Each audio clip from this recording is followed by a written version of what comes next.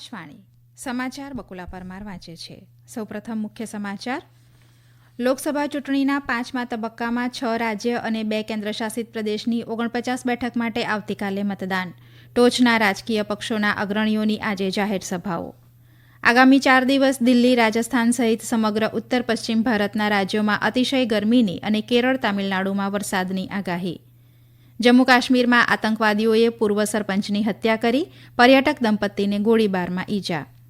ચારધામ મંદિરોના પરિસરોમાં 50 મીટરના અંતરમાં વિડીયોગ્રાફી અને રીલ બનાવવા ઉપર પ્રતિબંધ. અમેરિકાએ નેવાડા ખાતે સફળ પરમાણુ પરીક્ષણ કર્યું અને થાઇલેન્ડ ઓપનમાં સાત્વિક સાંઈરાજ અને ચિરાગ શેટ્ટીની જોડી મેન્સ ડબલ્સમાં વિજેતા. સમાચાર વિગતવાર. લોકસભા ચૂંટણીના 5મા તબક્કામાં 6 રાજ્ય અને 2 કેન્દ્રશાસિત પ્રદેશની 49 બેઠક માટે આવતીકાલે મતદાન થશે. આ તબક્કામાં ભાજપના વરિષ્ઠ નેતા રાજનાથસિંહ, સ્મૃતિ ઈરાની, પિયુષ ગોયલ, જ્યારે કોંગ્રેસના નેતા રાહુલ ગાંધી, KL શર્મા, નેશનલ કોન્ફરન્સના ઓમર અબ્દુલ્લા, લોકજનશક્તિ પક્ષના ચિરાગ પાસવાન જેવા પ્રતિષ્ઠિત ઉમેદવારો ચૂંટણી મેદાનમાં છે. કેટલાક અગ્રણી નેતાઓ, સાંસદો સહિત કુલ 695 ઉમેદવારોનું ભાવિ આવતીકાલે ઈવીએમમાં કેદ થશે. આવતીકાલે મહારાષ્ટ્રની 13, ઉત્તર પ્રદેશની 14, પશ્ચિમ બંગાળની 5, બિહાર અને ઓડિશાની 5-5, ઝારખંડની 3 અને કેન્દ્રશાસિત પ્રદેશ જમ્મુ કાશ્મીર અને લદ્દાખની 1-1 બેઠક માટે મતદાન થશે.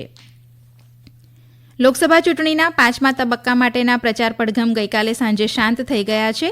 આ સાથે જ વિવિધ રાજકીય પક્ષોના ટોચના નેતાઓએ આગામી તબક્કાની ચૂંટણીઓ માટે તેમના પ્રચારને તેજ બનાવ્યો છે. ભાજપના વરિષ્ઠ નેતા અને પ્રધાનમંત્રી નરેન્દ્ર મોદીએ ઝારખંડના જમશેદપુરમાં જાહેર સભાને સંબોધતા કહ્યું કે કોંગ્રેસ જેવા પક્ષે ક્યારેય તમારી ચિંતા કરી નથી. તેમણે 60 વર્ષ સુધી ગરીબી હટાવોનું સૂત્ર જ આપ્યું, જ્યારે અમે આર્થિક રીતે નબળા 25 કરોડ લોકોને ગરીબી રેખામાંથી બહાર લાવ્યા. શ્રી નરેન્દ્ર મોદી આજે પશ્ચિમ બંગાળના પુરુલિયા, બિષ્ણુપુર અને મેદિનીપુરમાં જાહેર સભાને સંબોધશે, જ્યારે ભાજપના વરિષ્ઠ નેતા અને કેન્દ્રીય ગૃહમંત્રી અમિત શાહ ઉત્તર પ્રદેશના પ્રયાગરાજમાં જાહેર સભા સંબોધી રહ્યા છે. બાદમાં તેઓ જોનપુર તેમજ બિહારના બેતિયા ખાતે જાહેર સભાને સંબોધશે. ઉપરાંત ભાજપના રાષ્ટ્રીય અધ્યક્ષ JP નડ્ડા હરિયાણામાં જાહેર સભા, મહિલા મોરચાના સંમેલન સહિતના કાર્યક્રમમાં ઉપસ્થિત રહેશે. કોંગ્રેસ નેતા રાહુલ ગાંધી અને સમાજવાદી પાર્ટીના અધ્યક્ષ અખિલેશ યાદવ પ્રયાગરાજ જિલ્લામાં સાથે મળીને પ્રચાર કરશે. શ્રી યાદવ બાદમાં કુલપુર મતવિસ્તારમાં પણ પ્રચાર કરશે.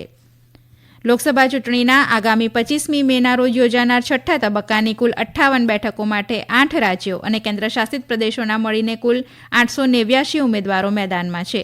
તેમાં જમ્મુ કાશ્મીરના અનંતનાગ રાજૌરી મતવિસ્તારમાં ફરીથી યોજાનારી ચૂંટણીના 20 ઉમેદવારોનો પણ સમાવેશ થાય છે. ચૂંટણી પંચના જણાવ્યા અનુસાર આ તબક્કામાં 1978 ઉમેદવારીપત્રો ભરાયા હતા, જેમાંથી 900 ઉમેદવારીપત્રો માન્ય ઠર્યા હતા.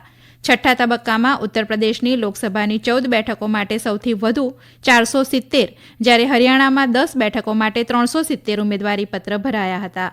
ઝારખંડમાં રાંચી સંસદીય મતવિસ્તાર માટે સૌથી વધુ 70 અને ઉત્તર પૂર્વ દિલ્હી બેઠક માટે 69 ઉમેદવારીપત્ર ભરાયા છે. આમ આદમી પાર્ટીના સંયોજક અને મુખ્યમંત્રી અરવિંદ કેજરીવાલ પક્ષના અન્ય નેતાઓ અને કાર્યકરો સાથે આજે દિલ્હીમાં બીજેપીના મુખ્યાલય તરફ કૂચ કરશે. આજે બપોરે આપના મુખ્ય મથકે સભાને સંબોધતા શ્રી કેજરીવાલે ભાજપ ઉપર આપ નેતાઓ સામે બદલો લેવાનો આરોપ મૂક્યો હતો. તેમણે દાવો કર્યો હતો કે આગામી દિવસોમાં આપના મોટા નેતાઓની ધરપકડ કરવામાં આવશે અને તેમના બેંક ખાતાઓ ફ્રીઝ કરવામાં આવશે. દિલ્હીના મુખ્યમંત્રીએ આરોપ લગાવ્યો કે ચૂંટણી પછી આમ આદમી પાર્ટીને રસ્તા ઉપર લાવવા માટે આપના ખાતા ફ્રીઝ કરવાની ભાજપની યોજના છે. તેમણે ભાજપ ઉપર આકરા પ્રહાર કરતા ભાજપે ખોટા કેસો બનાવ્યા અને આપ નેતાઓની ધરપકડ કરી હોવાનો આરોપ મૂક્યો હતો. દરમિયાન વિરોધને ધ્યાનમાં રાખીને ભાજપના મુખ્યાલયની બહાર સુરક્ષા વધારી દેવામાં આવી છે. દિલ્હી પોલીસે CRPCની કલમ 144 હેઠળ નિયંત્રણો લાદ્યા છે અને કહ્યું છે કે વિરોધ પ્રદર્શન માટે કોઈપણ પરવાનગી માંગવામાં આવી નથી. આગામી 4 દિવસ દિલ્હી, રાજસ્થાન, ઉત્તર પ્રદેશ, બિહાર, રાજસ્થાન સહિત સમગ્ર ઉત્તર પશ્ચિમ ભારતના રાજ્યોમાં અતિશય ગરમી પડવાની શક્યતા હવામાન વિભાગે વ્યક્ત કરી છે. તો કેરળ સહિતના કેટલાક રાજ્યોમાં વરસાદની સંભાવના છે. ગઈકાલે રાજસ્થાનના બાડમેરમાં સૌથી વધુ 46.9 ડિગ્રી સેલ્સિયસ તાપમાન નોંધાયું હતું. રાજ્યના ફલોદી, પિલાની, જાલોર, જેસલમેર, કરોલી, ગંગાનગર સહિતના સ્થળોએ તાપમાન 46 ડિગ્રી સેલ્સિયસથી વધુ નોંધાયું હતું. હવામાન વિભાગે કેરળ સહિતના દક્ષિણ ભારતના રાજ્યોમાં 3 દિવસ અત્યંત ભારે વરસાદની આગાહી કરી છે, જ્યારે 2 દિવસ દરમિયાન તામિલનાડુમાં છૂટો છવાયો વરસાદ પડશે. દરમિયાન આગામી 48 કલાક દરમિયાન નૈઋત્યનું ચોમાસું દક્ષિણ આંદામાન સમુદ્ર, બંગાળના અખાતના દક્ષિણ પૂર્વ ભાગમાં અને નિકોબાર ટાપુઓમાં આગળ વધે તેવી સંભાવના છે.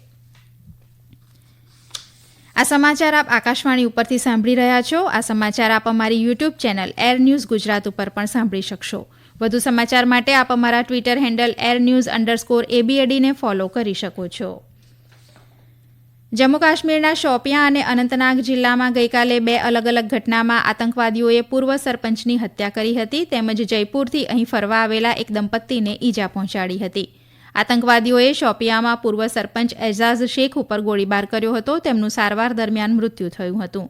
જ્યારે અનંતનાગમાં આતંકવાદીઓએ જયપુરથી આવેલા દંપતીને ગોળી મારતા તેમને સ્થાનિક હોસ્પિટલમાં ખસેડાયા હતા.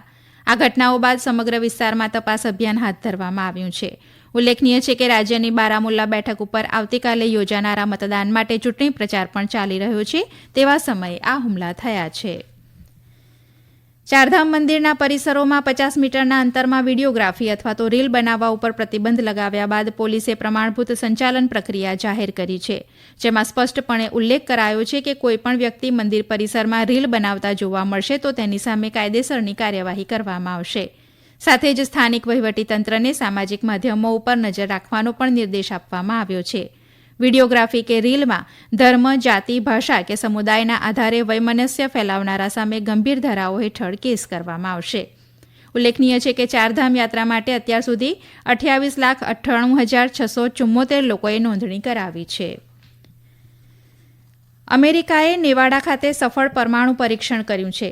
અમેરિકાના ઉર્જા વિભાગના રાષ્ટ્રીય પરમાણુ સલામતી તંત્રએ એક નિવેદનમાં જણાવ્યું હતું કે દેશના પરમાણુ શસ્ત્રો અંગે જરૂરી માહિતી એકત્ર કરવા ગત મંગળવારે હાથ ધરવામાં આવેલું પરીક્ષણ રાષ્ટ્રપતિ જો બાઇડન સરકારની આગેવાની હેઠળનું ત્રીજું પરમાણુ પરીક્ષણ હતું. અમેરિકન સરકારે 1992માં પરમાણુ વિસ્ફોટને સાંકળતા પરીક્ષણો ઉપર પ્રતિબંધની જાહેરાત કરી હતી, પણ ત્યાર પછીની અનેક સરકારોએ સબક્રિટિકલ પરીક્ષણો કર્યા છે. છેલ્લે સપ્ટેમ્બર 2021માં આ પ્રકારનું પરીક્ષણ કરવામાં આવ્યું હતું.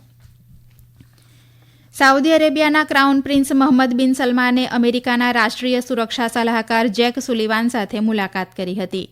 સાઉદી અરેબિયાના શહેર ધહરાનમાં યોજાયેલી આ બેઠકમાં બંને પક્ષોએ લગભગ અંતિમ સ્વરૂપ અપાયેલા વ્યૂહાત્મક કરારની સમીક્ષા કરી હતી. બંને નેતાઓએ પરસ્પર સમજણ, ગાઝાની પરિસ્થિતિ અને પેલેસ્ટિયન લોકોના અધિકારોનું સન્માન કરતા 2 રાષ્ટ્રના ઉકેલ અંગે પણ ચર્ચા કરી હતી. Shri Sullivan Gaza, Saudi Arabia અને ઇઝરાયેલની મુલાકાત લેશે તેમ અમેરિકી રાષ્ટ્રપતિ કાર્યાલયે ગત શુક્રવારે જણાવ્યું હતું. થાઇલેન્ડ ઓપનમાં આજે સાત્વિક સાંઈરાજ અને ચિરાગ શેટ્ટીની જોડીએ ટુર્નામેન્ટના મેન્સ ડબલ્સ વિભાગમાં વિજય મેળવ્યો છે. ભારતીય જોડીએ ચાઇનીઝ તાઇપેઈના ચેન બો યાંગ અને લીવુ યીને 21-15, 21-15 એમ 2 સીધા સેટોમાં પરાજય આપ્યો હતો. સાત્વિક અને ચિરાગની કારકિર્દીમાં આ ટુર્નામેન્ટનું વિશેષ સ્થાન છે કારણ કે તેઓ 2019માં તેમનું પ્રથમ સુપર 500 ટાઇટલ જીત્યા હતા. આઈપીએલ ક્રિકેટમાં આજે સનરાઇઝર્સ હૈદરાબાદ અને કિંગ્સ 11 પંજાબ, જ્યારે રાજસ્થાન રોયલ્સ અને કોલકાતા નાઇટ રાઇડર્સ વચ્ચે મેચ રમાશે. દરમિયાન ગઈકાલે રમાયેલી મેચમાં રોયલ ચેલેન્જર્સ બેંગલુરુએ ચેન્નાઈ સુપર કિંગ્સને 27 રને હરાવી પ્લે-ઓફમાં સ્થાન મેળવ્યું છે. પ્રથમ બેટિંગ કરવા ઉતરેલી રોયલ ચેલેન્જર્સ બેંગલુરુએ 5 વિકેટે 218 રન કર્યા હતા. તેના જવાબમાં ચેન્નાઈ સુપર કિંગ્સ 20 ઓવરમાં 7 વિકેટ ગુમાવી માત્ર 191 રન જ બનાવતા તે ટોપ 4માં પહોંચવામાં નિષ્ફળ રહી હતી. આ વિજય સાથે જ royal Challengers Bengaluru, Kolkata night riders, Rajasthan Royals અને સનરાઇઝર્સ હૈદરાબાદની ટીમનો પ્લે-ઓફમાં સમાવેશ થયો છે, જ્યારે ચેન્નાઈ સુપર કિંગ્સ બહાર થઈ ગઈ છે. અંતમાં મુખ્ય સમાચાર ફરી એકવાર. લોકસભા ચૂંટણીના 5મા તબક્કામાં 6 રાજ્ય અને 2 કેન્દ્રશાસિત પ્રદેશની 49 બેઠક માટે આવતીકાલે મતદાન. ટોચના રાજકીય પક્ષોના અગ્રણીઓની આજે જાહેર સભાઓ. આગામી 4 દિવસ દિલ્હી, રાજસ્થાન સહિત સમગ્ર ઉત્તર પશ્ચિમ ભારતના રાજ્યોમાં અતિશય ગરમીની અને કેરળ, તામિલનાડુમાં વરસાદની આગાહી. જમ્મુ કાશ્મીરમાં આતંકવાદીઓએ પૂર્વ સરપંચની હત્યા કરી, પર્યટક દંપતીને ગોળીબારમાં ઈજા. ચારધામ મંદિરોના પરિસરોમાં 50 મીટરના અંતરમાં વિડીયોગ્રાફી અને રીલ બનાવવા ઉપર પ્રતિબંધ. અમેરિકાએ નેવાડા ખાતે સફળ પરમાણુ પરીક્ષણ કર્યું અને થાઇલેન્ડ ઓપનમાં સાત્વિક સાંઈરાજ અને ચિરાગ શેટ્ટીની જોડી મેન્સ ડબલ્સમાં વિજેતા. આકાશવાણી ઉપરથી સમાચાર પૂરા થયા.